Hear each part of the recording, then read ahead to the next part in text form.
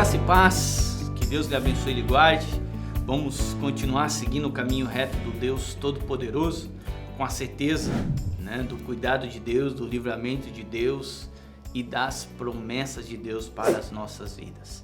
Eu gostaria nessas próximas devocionais analisar um pouquinho o Salmo de número 23. Esse salmo que é tão conhecido, salmo tão falado, que tem ensinamentos profundos, riquíssimos para o nosso coração. O Salmo 23, ele é inspirador. O Salmo 23, quando analisamos ele mais de perto, descobrimos algumas coisas nele que são fantásticas e que podemos aplicar no dia a dia da nossa vida cristã.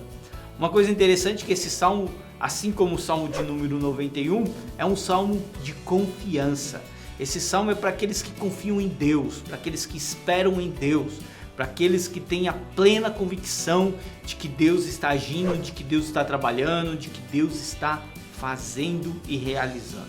Então, esse é um salmo de confiança, é um dos 10 salmos de confiança que nós encontramos no Saltério, nesse conjunto de 5 livros. O salmo é um conjunto de 5 livros. Você tem o livro 1, livro 2, 3, 4, 5. Então, o Salmo 23 é um salmo de confiança. Esse salmo ele pode ser dividido em 2 partes. Você tem do verso 1 ao verso de número 4 e o verso de número 5 até o verso de número 6. Então esse salmo ele é rico e ele é maravilhoso, porque ele diz assim: o Senhor é o meu pastor, nada me faltará, ele me faz repousar em pastos verdejantes, leva-me para junto das águas de descanso, refrigera minha alma, guia-me pelas veredas da justiça por amor do seu nome.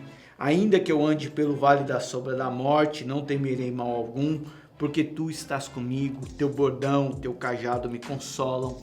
Preparas uma mesa na presença dos meus adversários, unges minha cabeça com óleo, meu cálice transborda.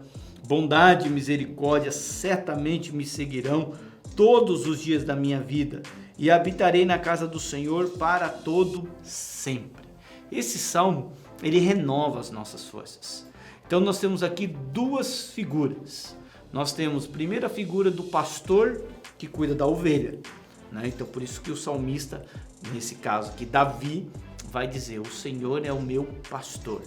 Em segundo, nós temos a figura de um anfitrião que recebe o seu convidado, que prepara uma mesa, um jantar para esse convidado. Então são 2 figuras que Davi vai trabalhar, que Davi vai dizer. Outra coisa interessante é o contexto do salmo.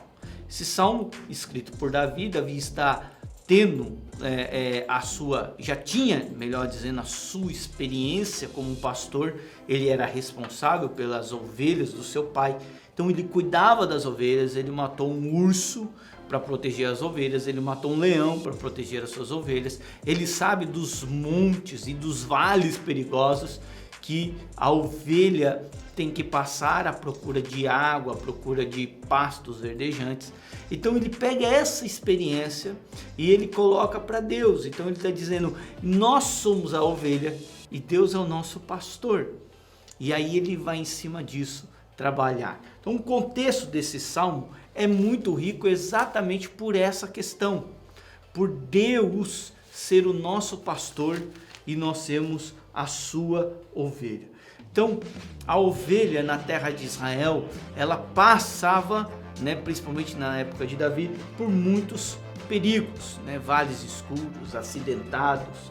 A geografia da terra de Israel nos mostra exatamente isso. Então qual que é a ideia? A ideia aqui é que Deus nos dá a direção. É Deus que dá a direção para as suas ovelhas. Ele é o nosso pastor e ele vai mostrando para nós o caminho, qual o caminho é o correto, qual é o caminho certo. Ele vai nos mostrando o caminho de paz. Porque sem Deus, se Deus não nos der a direção, nós iremos andar por caminhos tortuosos, caminhos que vão nos levar aos vales escuros. Então Deus nos dá a direção. Essa é a ideia do salmo. Uma segunda ideia também que fica evidente nesse salmo é que o eterno Deus serve o seu fiel amado no banquete. é Deus que nos conduz a passos verdejantes. E ele diz lá no verso de número 5: preparas uma mesa na presença dos meus adversários, unges minha cabeça com óleo, o meu cálice transborda.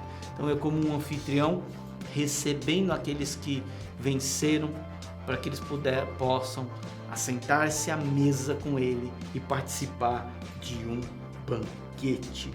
Glórias ao Senhor.